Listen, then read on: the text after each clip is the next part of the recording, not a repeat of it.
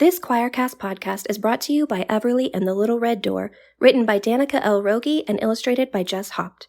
Join Everly and her friends as they explore the fairy world and learn what it means to be a wanderer, explorer, imaginer, dreamer, believer, and good story gatherer. I wrote this children's book to remind kids that being curious and imaginative make life an adventure, and at the end of the day, they hold the power to make their own magic. Everly and the Little Red Door is available now on Amazon or wherever books are sold. The majority of our life is lived in liminal space. And there's this in-between space, this liminal space. This liminality that reveals possibility. I think we're in a liminal moment, but also in a place of transformation. We could actually change as a people. I have great affection for the church and a troubled relationship with it. That can't be the gospel because God said to love our neighbors. Just to be alive in time means that we're on the threshold of the future. Just to begin questioning is so difficult because you have these voices in your ears telling you that you're not a real Christian. We don't know what the future looks like. We have to work it out together. Bruce Epperly, welcome back to the Liminal Living podcast. This is your third appearance with us. Well, I might get it right. Well, the thing is, you just keep writing books, and I can't keep up with them all. So yeah, we can have you on once a week probably and still be all right. Well, birds sing. Birds sing. I'll get something out of the vault for you next time, maybe. But yeah, you know, it's a generative time of my life, and I love the writing and hope it does some good out there in the world. I love that you're writing it. It's great. But you just got back from Ireland, because I wanted to talk to you earlier in the fall, and you said, "Well, I'm going to be in Ireland, so I can't talk right now." What'd you do over there? Well, we went on a pilgrimage with Gareth Higgins, and Gareth has written a book called How Not to Be Afraid. We traveled about in Northern Ireland, getting to know about the peacemaking process that they had in Northern Ireland, you know, a couple decades ago, and really getting a sense of, at least in our case, can we transfer this to the United States now? How do we deal with our troubles in a way that promotes peace more than hatred? And how can we maintain hope? Because oftentimes we believe the issues that are in front of us are intractable and there's nothing we can do about them. And the temptation then, of course, is to strike out and to become our worst selves. And how do we preserve our better selves, our higher angels of our nature? So it was a great retreat with, again, Gareth Higgins, his husband, Brian Emmons was there, Diana Butler Bass was there. It was just a lovely time with some truly good people that we got to know. So we traveled around with them in Northern Ireland and then took a little pilgrimage of our own in Southern Ireland in the Republic. So it was wonderful. It was good to get back to the States. They let me in customs, and I was glad that I could come back to the United States and to be back to my familiar computer and go back to work and play. Yeah, I saw you taking off for Ireland, and I thought, oh, is he moving? Is he relocating? Is he tired of it here? No. I still have hope in our country, and you know, hope is something you motivate by having a vision, and by having a vision that the troubles won't last forever, and that there's a providence that runs through our lives, a moral arc that runs through our lives, that we simply have to align ourselves with that, be faithful with uncertainty about the results. A few weeks ago, I preached a sermon at my congregation where I'm theologian in residence, Westmoreland Congregational United Church of Christ in Bethesda. It was from a passage of Jeremiah in which he buys a plot of land, even though the Babylonians are at the doorstep. He buys a plot of land for a future that he might not experience. And I think right now, we have to buy a plot of land. We have to be working for a future that might outlive us. But unless we look at the big picture and look beyond our time, we could give up hope. Yeah, it's tempting. It is very tempting. And kind of my running joke was, man, I'd like to just exit for the next, 1100 or so days and go to Ireland. Yeah, And well, then I saw Ireland you were wouldn't going be to bad. Ireland. Ireland wouldn't be bad, but I think we've got work to do here, Tom. I And I'm think so. grateful for your podcast because, in your own small way, and all of us are doing it in our own small way, we're pushing forward the moral arc of history. The Jewish mystics once said that the world is saved one person at a time, and I would even be more bold to say that the world is saved one moment at a time. So when we are saving this moment, the two of us here, and the folks who will be listening to this, if their lives are in some ways enriched, we have already been on the side of the moral and spiritual arcs of history. And I take solace that from Daniel, the men that were in the fiery furnace, story I learned when I was a young child, uh, what's that? Meshach and Abednego. What was the first one? Shadrach. Shadrach, Yeah. Meshach, and Abednego. We still Yep. tell their story, but we don't give much thought to Nebuchadnezzar anymore. Hmm. And Yeah. so Nebuchadnezzar comes and goes, the tyrants come and go, but the providence of God will outlast all of us, and Mhm. that's good news.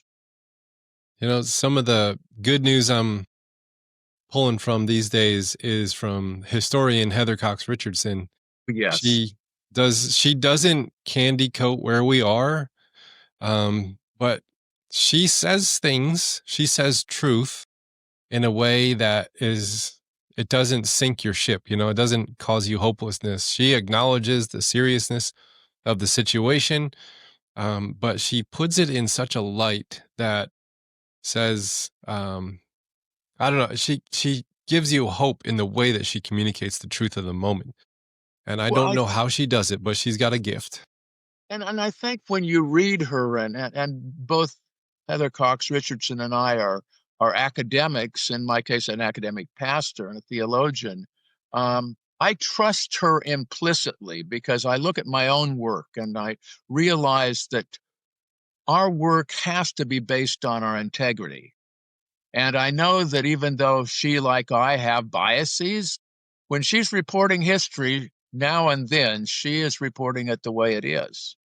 And I think she has a long view.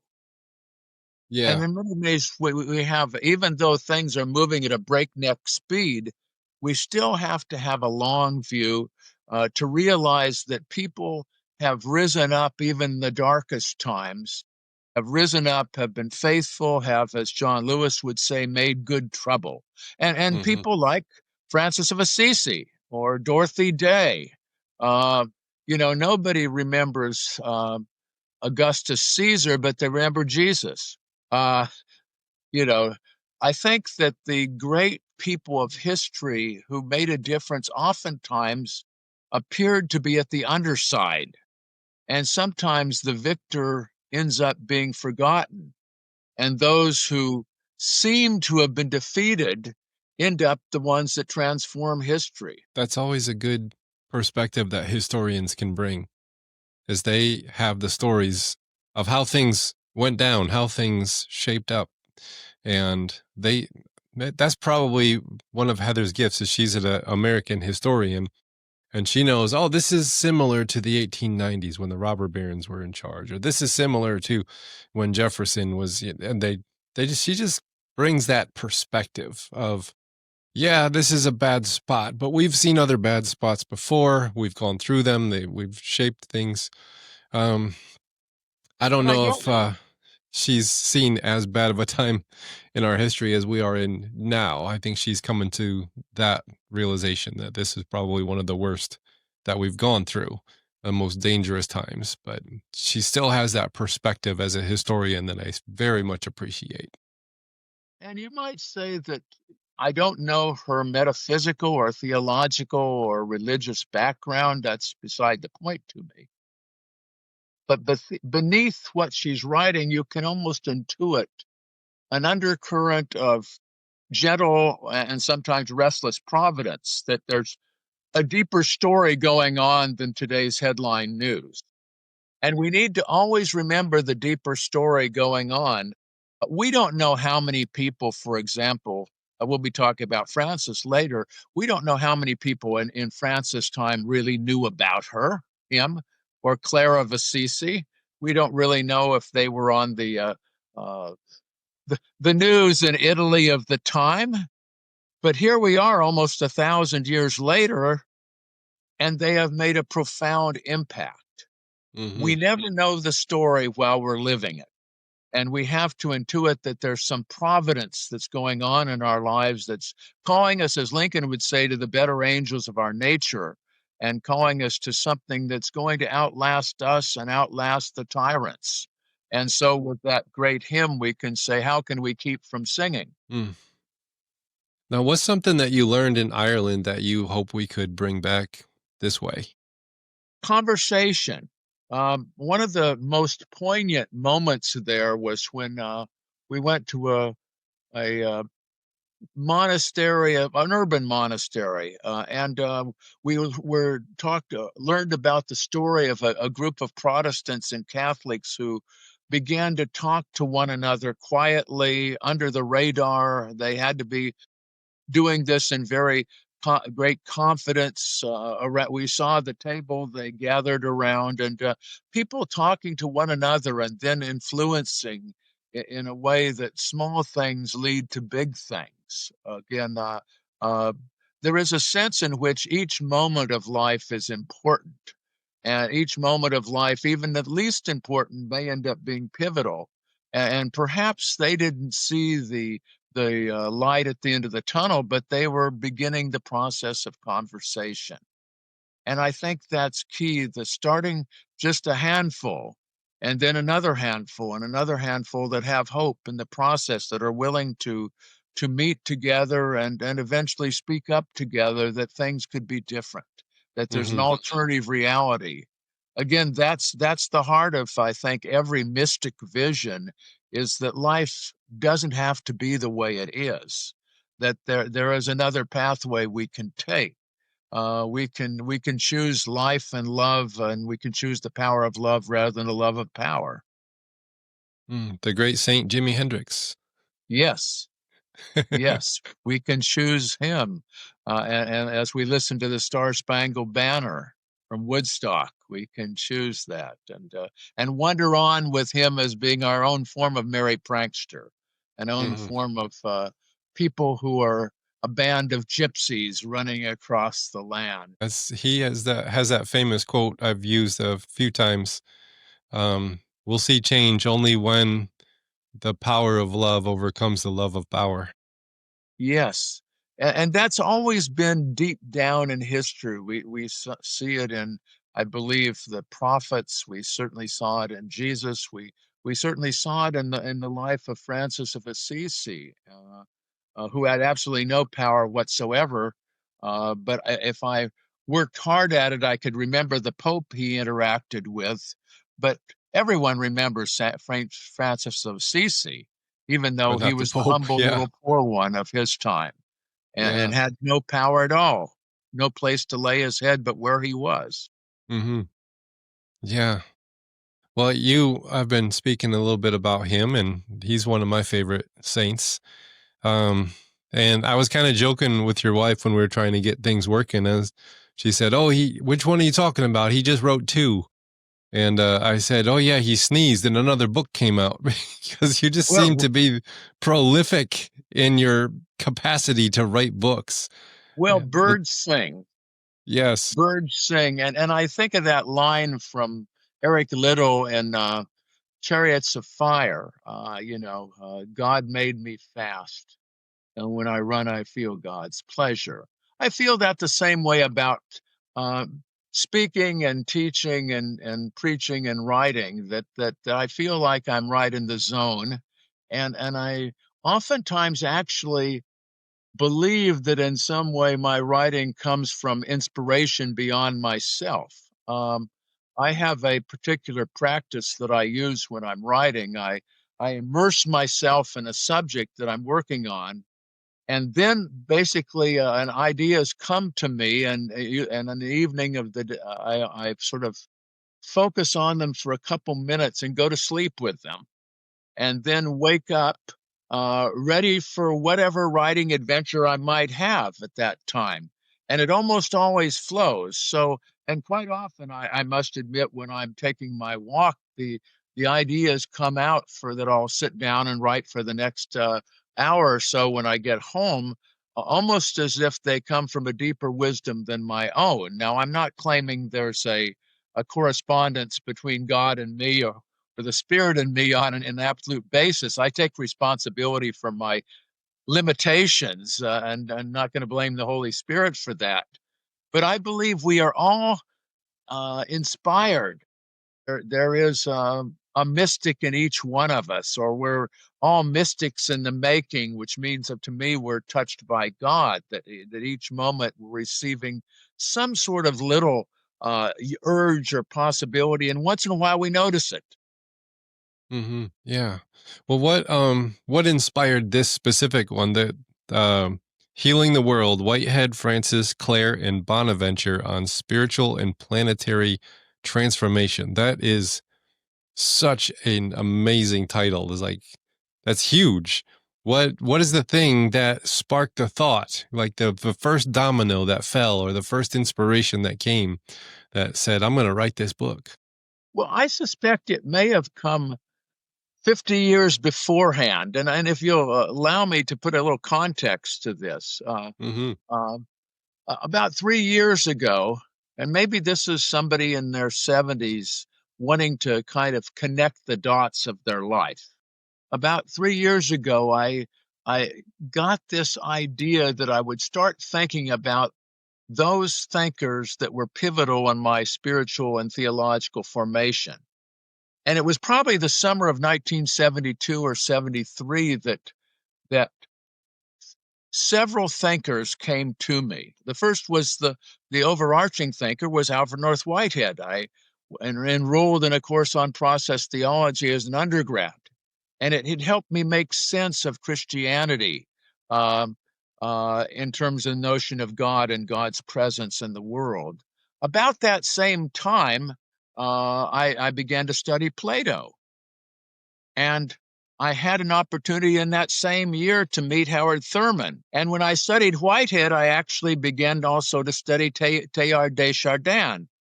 So which led me about 3 years ago to imagine a 5-book series. And the first book was on Whitehead and Teilhard, the God of tomorrow. The God of tomorrow. No one had ever written a book on Whitehead and Teilhard. And I thought, well, why not me? The second one was The God of the Growing Edge, which was on Thurman and Whitehead, and it was the first of its kind. The third book on Francis, Healing the World, actually came from a conversation I had with the notable, one of the greatest thinkers alive right now, Ilia Dilio. She made a comment. I think we might have been having lunch together at Georgetown after Christmas a couple years ago, that no one had ever written anything on Whitehead and Francis. And she was quite surprised by that. And I took it as a bit of a challenge, in the same way she also was responsible for me writing the Teilhard book. That she was planning a conference on Teilhard and Whitehead at the Center for Christogenesis. And I thought to myself, nobody had ever written a book on Teilhard and Whitehead. Well, I can do that. And it's 50 years I've been writing. And the next 2 books, actually, I've written them, they'll be published someday, one is on Whitehead and Jesus. I rediscovered Jesus in college. I was raised an evangelical. I jettisoned that when I was 11 or 12 years old. By 14 or 15, I was full-blown into the summer of love. I lived around San Francisco. That's where I grew up. And left Christianity entirely. And I came back to the church as a first-year student in college after learning transcendental meditation at Berkeley, and then decided to go to church after that. Who could figure that? And I went luckily to a very progressive church where they accepted this long-haired, very bright blonde-haired kid, looked like Johnny Winter, if you remember Johnny Winter, with a red beard and blonde hair. That was me in 1970. And, Jesus came into my life in a way that was much more expansive than the first time with the evangelical tradition. And I also that year discovered Plato. And so there's a book on Whitehead and Plato coming out again. So they all were firsts in a way. But the other odd aspect of this that really lured me into Francis, and synchronicity is interesting. For 8 years, I now live in Potomac, Maryland, which is a suburb of Washington, D.C., right outside the Beltway. You could call it Bethesda if you wanted. And when I was in Cape Cod pastoring a historic congregational UCC church, they had that weekly church column, that used to have in Small Town Americas, the religion page. And I wrote for that a handful of times a year. And one September, about 5 or 6 years ago, the editor of the religion page said, "Somebody dropped out. Would you write something for the first Sunday of October?" Well, the first Sunday of October happens to be the feast of St. Francis. So I dashed off 750 words. I dashed it off, didn't think about anything about it. 4 days later, I got an email from the president of Franciscan Media and said, "I read your article." I don't know how she came upon this article from the Cape Cod Times.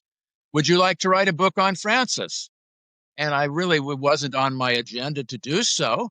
But I said, well, I'll think about it. So I decided I'd go take a walk on the beach, where we live near the beach in Cape Cod. And on the walk, I decided that, I can write this book. And by the time I walked back to my car, I had in my mind all the chapters. And then went ahead and wrote it. And then they said, "Oh, that's a good book. Why don't you write another one on Francis?"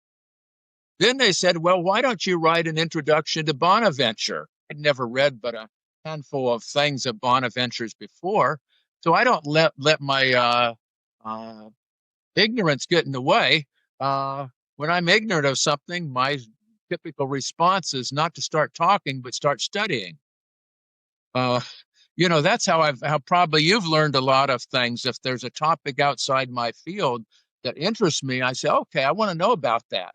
So this pathway it took two different forms. One 50 years ago when I began to study Whitehead. And of course, I think the first time I ever encountered Francis was with my mother, Loretta, when we were out in somebody's garden. We saw this statue in the garden, the Francis statue. And I said, "Who's that?" And she said, "It's St. Francis." And as a hippie kid in the 60s, St. Francis became quite interesting to me because the hippies tended to like Francis because he was simple liver. He lived simply. He walked around. He didn't have any sense of self-importance. He was, without even trying to, he was countercultural. He didn't see himself as a resistor, but his life was one long story of resistance. He, as you might recall, one of his pivotal experiences was to be praying in the chapel of San Damiano, which is right down the hill from Assisi, just 3/4 of a mile. And he hears a voice while he's looking at the cross saying, "Repair the church." And initially he thinks it's repairing San Damiano's church, which had fallen into disrepair. So he buys some bricks and some mortar and starts repairing it. And sooner or later, he discovers that he's really been called to repair the church, the Western church. And for me, that means basically repairing the world and healing the world. I was wondering, like, what caused you to say, I want to pair Whitehead with these three saints here. And, I know quite a bit about Francis. I've had to study him for, some of my degrees. So I love his story. I've seen his statues, and he seems to be that saint that like almost like the Mr. Rogers, because everybody Yes. loves St. Francis. Nobody, I've never run into somebody who's like, hey, I don't really like that Francis guy. Yeah. He's just humble. He's authentic. He's very like down to earth. He befriends animals. There's just so many great stories about Francis. I love that character, but I don't know as much about Clare and Bonaventure. So can you give us a little biography of Clare? Of course. Now, it's interesting that all three of them were what we might call to the manner born. Francis was upper middle class. His father was a trader in clothing, cloth goods, and he was being primed for going into family business until he discovered the gospel and heard the passage, go sell everything you have. And then he enters on in this life of simplicity and monastic life and gathers some followers. Clare Ofreduccio is one of the, or Chiara, is this beautiful. She's reputed to be among the smartest and most beautiful women in her area. She had suitors when she was 15 or 16 years old. Our parents are upper middle class, well off. Suitors by galore. She could have married as well as possible, but she would have been in that box. And she had this deep yearning from the very beginning for something more. She was the country club girl. She was the Mar-a-Lago girl. She was the girl that you would expect to be chasing after money and wealth and fast cars and dignified people. But she realized that was not where her heart was. And she came upon Francis. She came upon Francis, and just initially just hearing him speak, and he ignited something in her. He ignited something in her that this was the path she must take, and she runs away from home. Her family tries to get her back.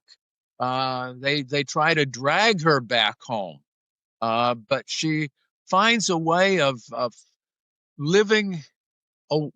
They finally give up, basically, and she begins to live as almost in the broad sense of the word, an understudy of Francis. She calls herself his little plant. And at first glance, it might seem like she's going to be submitting, but it's interesting. She has a spirit and mind of her own. She forms a monastic order of women. And they live simply. They live cloistered because they're women. They can't travel around for safety issues, among other things, the way Francis could and his followers. They start a little monastery outside the town, and people come who are in need, and they give them great hospitality. And she decides that she needs to write the rule for the monastery. She gets lots of pushback, obviously. The male leaders of the church want to write the rule for her and for the monastic. And she finally wears them down. It took years for her to wear them down. She's now approaching death, and she finally gets approval for the rule. For Clare, it was that the term Chiara, Clare, clear. She's a clear spirit. She's a clear spirit. And she and Francis became sort of spiritual siblings, even though he was over a decade older than she. There's this story about them going out for a conversation in the woods, and people all of a sudden got really excited because they saw the sky light up like there was a forest fire. But the two of them were so igniting one another, sort of a spiritual connection.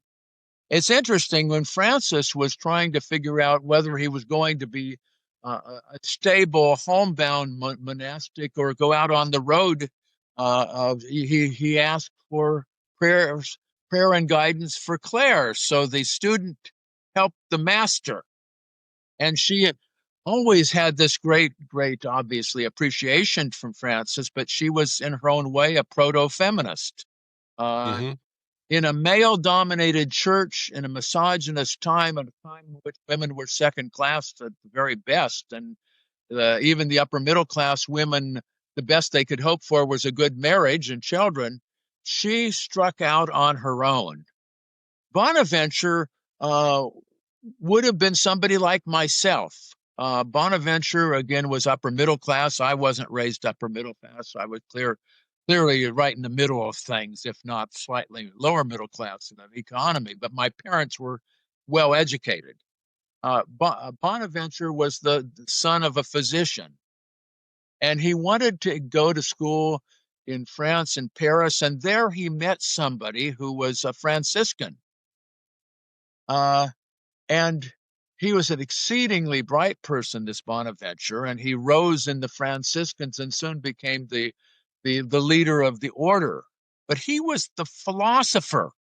He was the philosopher of the Franciscan movement. You might say that he was, Francis was to Bonaventure the way Jesus was to Paul.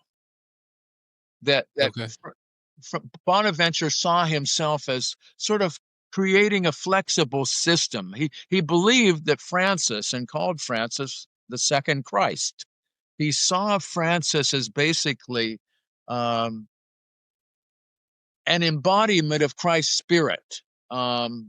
Not in any equality with Christ, but this is what a Christian looks like.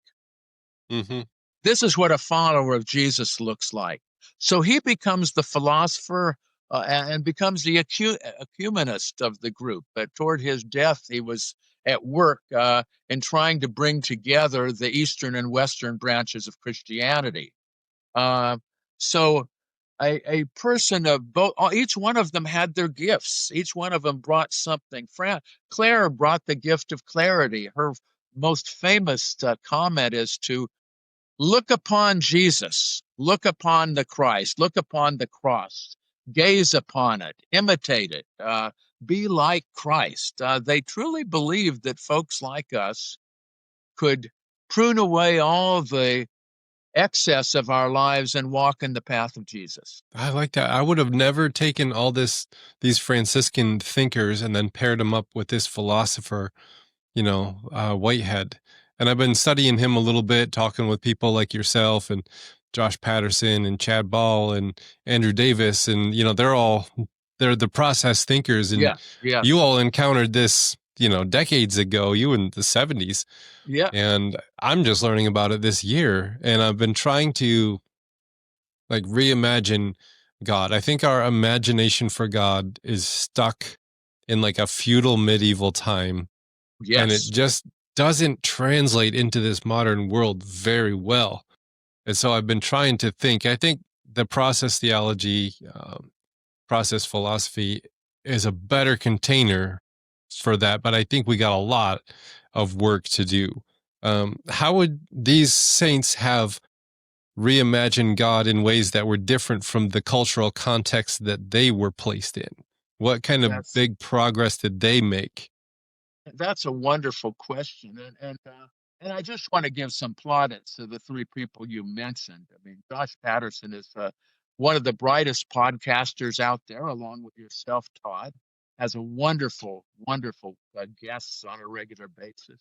Chad Ball, I was on his dissertation committee, and Chad has a couple really lovely books out there, one on Schleiermacher, one on the death of supernaturalism. They're just, his thesis became The Death of Supernaturalism, and it's just a wonderful book. And of course, Andrew Davis was a student of mine at Claremont, and so I'm just proud of all those guys. They have just done great things, and they're my future. Those are the ones who are going to be around after I'm gone, and they're doing their own creative work to transform the world. I mean, I feel I owe it to them to say a good word for them. I'm all very loyal to the people that I've worked with. Cool. I think that what's key about the Francis especially was how he broke barriers by living the way of Christ. Francis was a very interesting person. At the end, I say he would have lived in the better part of your town. He would have lived maybe high rise near the beach. His family, that was what he's destined to, or a house on the 18th link, on the links. That was what he was destined for. But he found something better that opened his spirit. He became a Mahatma. He became a great souled one. He became a little Christ. What was key to him was he broke the barriers. And he didn't necessarily talk about his own psychology. Thomas of Celano first, and then Bonaventure wrote biographies of him. But he kept breaking barriers. The first barrier he broke was the barrier of wealth and poverty, that he saw poverty, self-chosen, by the way. He would be definitely saying today that kids ought to get SNAP. These people chose a life of poverty. They didn't believe poverty was good. They chose a life of poverty because it was simple. They wanted to focus on God and their neighbor and to get rid of everything that stood in the way. He broke the barriers of humankind and nature. He saw the non-human world as a revelation of God. His great Canticle of the creatures, or the Canticle of the Sun, talks about the whole world praising God.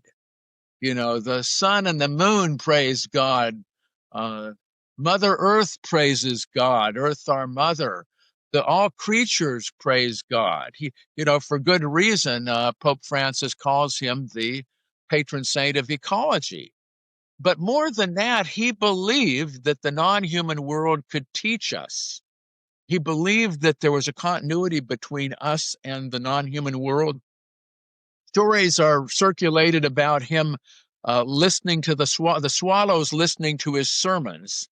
Mm-hmm. And then when the swallows are making too much noise, he told them to quiet down. They've had their turn. They need to be still. He remembers that biblical passage, I am but a worm, and then comes to the conclusion he needs to take care of the worms, so that he, like the members of the Jain religion, the Indian religion, Jainism, he scooped up worms in his path.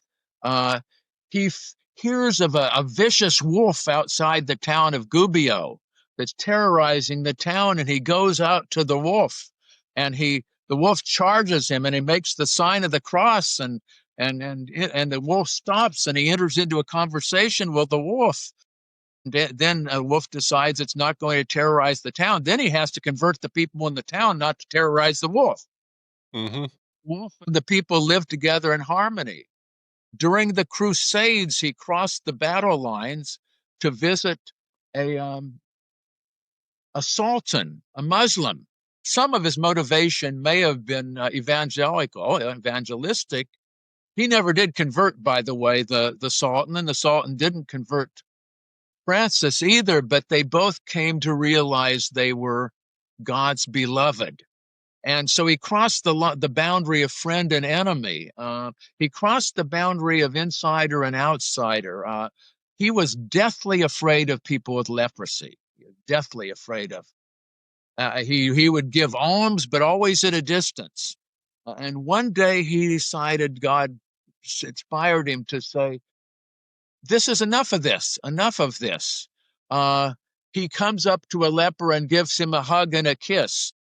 And he now turned to the mission toward the persons with leprosy. So he became also the patron saint of the persons with leprosy. So he's constantly going beyond boundaries. He's challenging the church to repair itself, to really walk the talk, to focus on what's important, which is reverence of life, reverence for each life form, seeing the divine in everyone. He wasn't a metaphysician, I'll tell you. And again, one of the reasons I like to bring Whitehead in here is that in some ways, Bonaventure and Whitehead, in a way, are providing a metaphysic or a theology to illuminate Francis, because Whitehead talks about the universality of experience, and that experience means value. So the non-human world has value apart from our concerns. Whitehead and Francis were both aware of the interdependence of life, that we are connected, and I think both of them saw that God is best defined in love, by love and not by power. That God is best defined by God's call to listen to the still small voice. And unlike some theologians, I actually believe that Whitehead's theology is highly mystical, that God is constantly speaking to us, and that we can hear God if we're listening in ways that change our lives. And that's something I've been learning, that if we have this supernatural realm where God is, and we're constantly praying for intervention, it is an assumption that God is not omnipresent in the moment of somehow, and we're asking God to enter into a place where God is not. Yes. And like Chad Ball helped me see with his book Death of Supernaturalism how God is actually interwoven through the fabric of all of creation. And I thought that's an entirely different way to look at God, because that changes like how we pray. Because I'll give a personal example. I've been allergic to like praying over meals. Sure, I get that. It's just one of those things where it's like, you go to a family function and they're like, we need to pray over the meal. Well, you're a pastor, you should do that. And I've just You're the official prayer, Tom. Yeah, this is my job, it's my job as pastor over functions. And I found myself like hiding and then it's like, okay, now they're eating now. So now it's safe to come out. And so I was just like, I don't want to do it. Well, we just had Thanksgiving, our family's house, and driving there, I was like, they're going to ask me to say a prayer over the meal. And I got thinking like, well, I say prayers at church. I say prayers at funerals. I say prayers. I did a baby dedication. I have no problem doing them in those situations because I do them my way. I use traditional prayers. I use traditional blessings. And when you're praying over the meal, you go into an extemporaneous prayer of, we just want to ask you to bless the meal to our bodies, Lord Jesus, kind of a thing. And it's like, I don't do that. That's not my style. So I thought of a blessing for the meal in the same manner that I would do like some kind of a blessing over a baby dedication or like a eulogy at a funeral. Like I do them there. What if I adopt it here?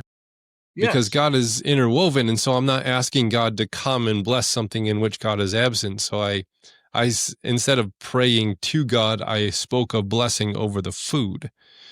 And I asked for the blessing to arise out of the grateful hearts of those who are partaking. And I kind of took some things out of the Celtic tradition and I wove together this, like a blessing over the food, just like I would have a benediction at church kind of a thing. And all of a sudden it felt like I owned it and I felt okay about it. And it's like, I'm not asking God to come in and do something in a place where God is absent. I'm asking the blessing to rise up out of where it already is. Yes. And that changed the way I thought about that. And I felt a little freedom come into my life in that area. Yeah. So it was interesting. I just kind of felt like, hey, I did that. Yeah. And I think we need to set free our prayers from traditional ways of understanding prayer.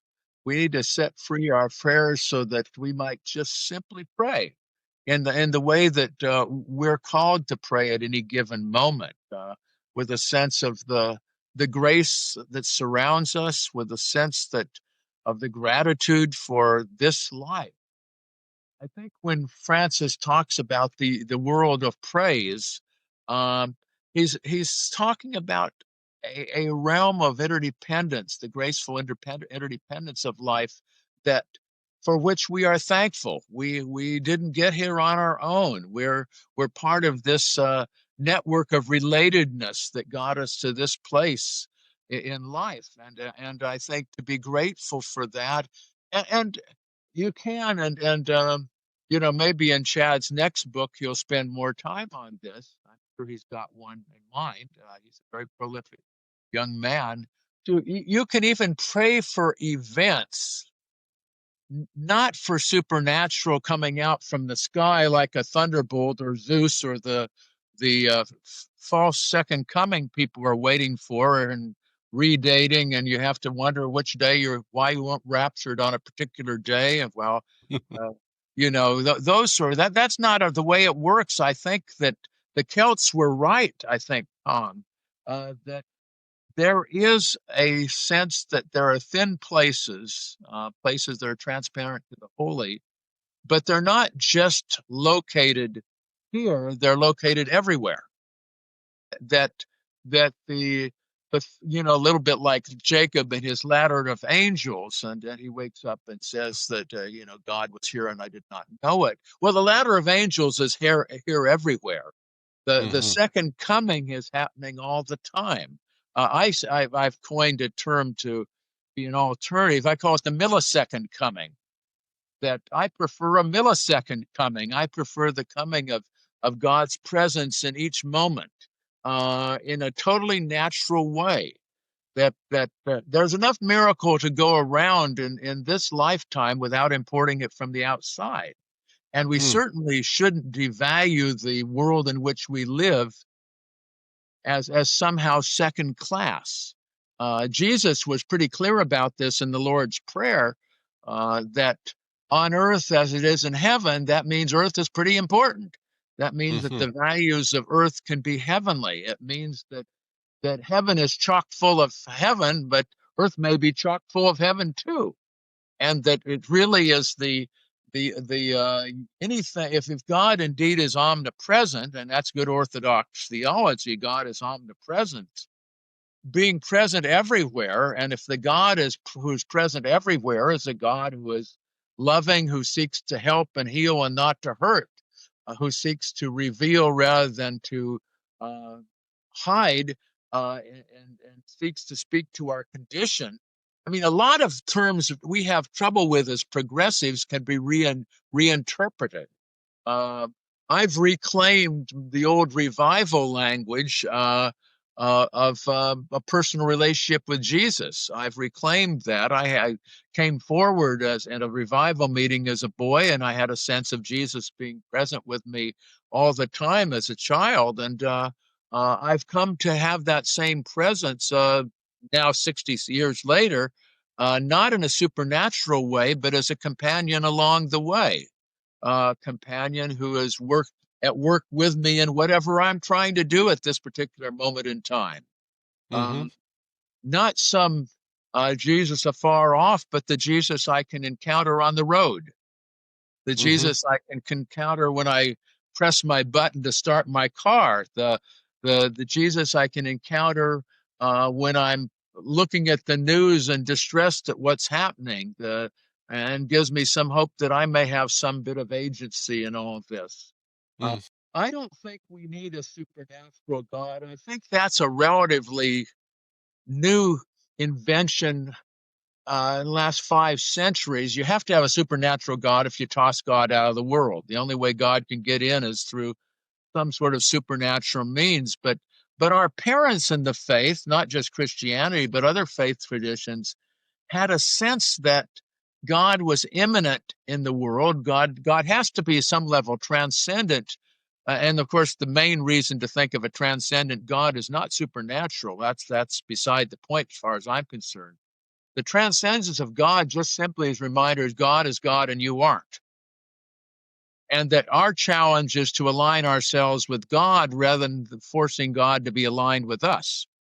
That there's a higher wisdom in life than what we have. And we don't want to create a God that is in our image that's just as small-minded as we are. There's enough of those gods running around already. That's for sure. That's for sure. You talk about,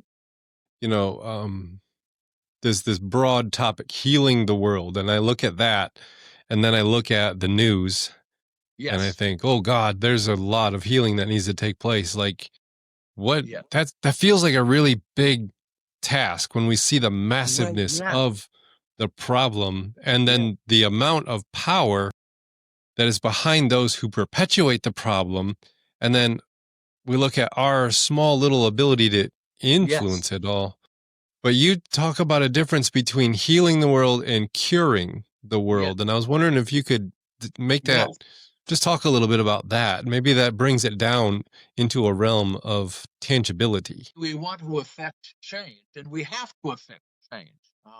It's an obligation personally and as citizens to create a world that reflects values of love and joy and justice.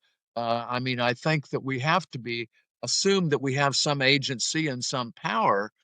Having said that, we have to consider that the task, though daunting as it is, we can't give it up. I know John Lewis, just a month before he was, died of pancreatic cancers, I think it was Jonathan Capehart asked him what his wisdom was, and it was to not give up hope, to keep on keeping on. Now that means basically for most of it, it is to use the talents and gifts we have to be pushing forward the moral and spiritual arcs of history as we understand them, recognizing that we don't fully understand them, recognizing that there's a higher wisdom than our own, and we could get locked up in our own finite thinking. But right now, we have the opportunity, as Mother Saint Teresa would say, to do something beautiful for God. I think that I'm a big fan of music and hymns. I'm more of a fan of the traditional hymns than some of the praise hymns. They seem a little bit too superficial, many of them, to me. But I think of that hymn, "How Can I Keep from Singing?" You know the hymn I'm talking about? Yes. How can I keep from singing? If you listen to that hymn, it says there's trouble plenty. And then in the late 1940s, a woman named Doris Plynn wrote a verse during the McCarthy anti-communist era, Un-American Activities era, about when tyrants tremble with fear and hear their death knell ringing, when friends keep their faith under difficult times, how can I keep from singing? That we can do the tasks that's set in front of us. The task set in front of us might be to go stand in a No Kings rally. That might be to make an extra donation to ensure that people get breakfasts, that get fed. It might be to picket. And as a little sign at Kirkridge Retreat Center says, picket and pray. We don't know the impact of small actions because most actions are small. And of course, the biblical tradition, and I lean heavily on this, I'm a Jesus Christian. The biblical tradition talks about mustard seeds. Who would pay any attention to a mustard seed? Who would pay any attention to the grass that's growing? Who would pay any attention to a bird of the air? But a little mustard seed grows into a great plant. A little group of dedicated people become at their best the forerunners of a great and ambiguous religious tradition like our own. The small has a beauty, as E.F. Schumacher says in his book, Small is Beautiful. We don't necessarily and can't necessarily ensure that we're going to succeed. Again, I love that passage from Jeremiah when he buys that plot of land. I mean, each one of us can buy a plot of land every day, even if we don't visit the realtor. The plot of land we buy is to say, me and my house, I'm not going to let them squeeze me into their mold. I'm not going to let the potentates and the prevaricators control my life. I'm not going to. I'm going to be whatever I can do. I'll speak for the holy as I understand it, and that's what Francis did. He didn't begin his life expecting to be St. Francis. He began his ministry as a guy just putting some bricks and mortar in a church. And then he had a deeper revelation that the church was bigger than him, and that there was a mission larger than he could imagine. So again, if you're thinking of process thought, each moment we're making a contribution to the ongoing universe. And nothing is lost. And maybe in this naturalistic world that we're imagining here, when we do something that's faithful, we may open the door for a greater influx of divine energy. This isn't supernatural. This is just ask, seek, and knock. It's just opening to the energy that's here. I've written a couple books on the healings of Jesus, and I love the healing stories. I pray for healing on a regular basis, and I don't know what a healing means, but people tell me things happen. I can't predestine. I'm not anticipating that somebody's final stage cancer will immediately go away. I'm anticipating that they would experience the healing of God, as I hope I do on my deathbed, that they experience some peace. But every so often, cells as well as souls are changed. I've laid hands on people and their pain has gone away. Who knows how? I assume it's built into the nature of the universe. So every little deed can change the world, and little deeds with other people doing deeds, with other people doing deeds. And the other thing I think we need to do, and of course, St. Francis loved music. He was a troubadour. When he was a young man, he was the sort of guy who would go outside some damsel's window and start singing. He was known as the Frenchman, not because he wore very stylish clothes, and he was the life of the party. No doubt he was somebody all the young maidens of Assisi wished that he would give them a second look. He loved a song, and his song, we now know as a Catechol of the Sun, was set to music. We don't know the music as far as I know now. But even on his deathbed, Francis wrote the lines, "Praise be you, O God, praise be you, O death, praise be you, O death." And his followers, his closest followers, were singing this song with such great joy that one of the fellow monks came in the room and said, stop singing. It's unbecoming of a monk to sing on their deathbed. It's unbecoming of a saint to sing on their deathbed." And Francis says, this is my faith. This is my faith. And as long as you have a song in your heart, they can't beat you. I love the book of Philippians. Paul and Silas are in prison. And I don't know how these things happen, but when they're singing their hymns and praying, the doors open to the doors of their cell open. And I think we need to let the doors of our cells open and say that the prevaricators and the potentates and the power-hungry people and the people motivated by greed and grift, they can't take our song away from us. They can't take our song away from us. We can sing songs of praise, of gratitude. We can pray the way we want to over the dinner.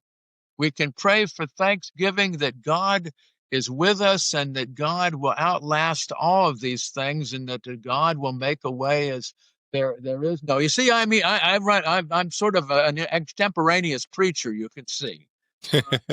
Because I don't see a lot of difference between theology and preaching. If you can't preach it, it's not good theology. And you can preach process theology. It doesn't belong to the academics. It belongs to common people who say, oh, yeah, we're connected with one another. Or, yes, my little tabby cat does know how I'm feeling today, and I should respect the person in front of me. The undocumented worker is a child of God, and you can see God in them. I can't deport a child of God. That goes against God's way, and you can have that reverence for life that compels us. We can't choose otherwise. We're not forced to. God uses persuasion and not coercion. But we discover we can't choose otherwise than to be faithful to the vision we've had and to be faithful to reverence for life. Yeah. And I think that is a big shift that needs to happen to reimagine God in this modern world is just to, as you said with Francis, break down those barriers. As you said about, Northern Ireland, breaking down the barriers. And that takes place with conversations. It takes place with humility. It takes place with love.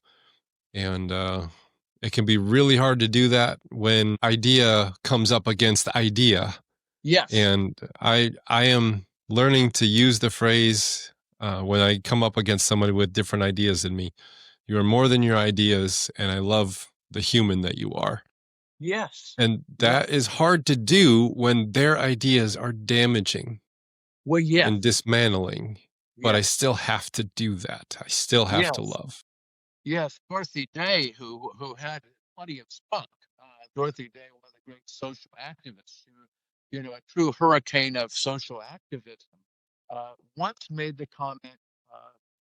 She said it this way: I speak to men as if they're angels. And maybe she was just speaking to men, but I think translated a little differently. I speak to people as if there's something angelic within them. I can see that there's something deeper in the pompous prevaricator, the self-interested, insufferable ones, than just that. There's a yearning child that needs to be accepted. That doesn't mean you're not going to continue to protest. I coined a term that was inspired by Howard Thurman, prophetic healing. I've not yet lived into it, but I coined the term and wrote a book on that part precisely because I needed to live into it. That you can be prophetic and aim at healing. And that's, I think, what God does. Judgment does exist. I've come to appreciate the nature of God, divine judgment. But divine judgment is like visiting the physician, visiting the surgeon. It's to get us well. Going this path, you're going to hurt yourself. Going this path, you're going to destroy your soul and the soul of the nation. This surgery you need, which may be painful, is going to save your soul. It's going to get you on the right track. It's going to help you see that you're connected with all your kin, human and non-human.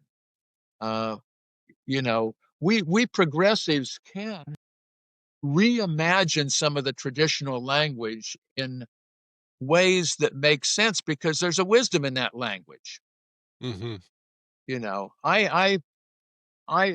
people you hear on the news, the people we love to hate, the people that we post things on social media that are, they're low-hanging fruit. Obviously, they give us plenty of reason to, because almost every day brings some new form of immorality. They too are God's children. And I have to keep reminding myself that, and I have to pray for them on the days that I have some sort of bandwidth in my spirit. I have to pray for them as much for me as for them. I don't want to be succumbing to hate. I don't want to lose my song. Yeah. Well, may we experience that kind of healing and revival as we move forward with this. Well, thank you so much for coming on the show. This has been a fun conversation. I've learned some very valuable things. Where do you want to send people to grab this book? I would like to point them in the right direction. Well, I think you can go straight on to Amazon, probably. That's a primary, for most publishers now, Amazon is the primary source. So I just look under Bruce Epperly for Healing the World, Whitehead, Francis, Bonaventure on spirituality, for healing the persons and the planet, and it and many others. And I do say, if any group, I give this advertisement for myself because anyone who decides to do a book group, I'm liable to show up for a cameo if you invite me. And cool. These books are made for groups. They're made for groups. I love to put the word out. All right. Well, I will get a quick link in the comments or the sections here, so the notes, so that people can just click on it and get there and see all your other books too. So I hope you get a couple more sneezes so you can get a couple more books done. Yeah, I think so. I'm like a fountain. Some of them even end up in print. Yes, I would love to have you back on. We can talk about some more of your ideas and books and everything. It's always a pleasure having you on here. See you later. Thanks so much.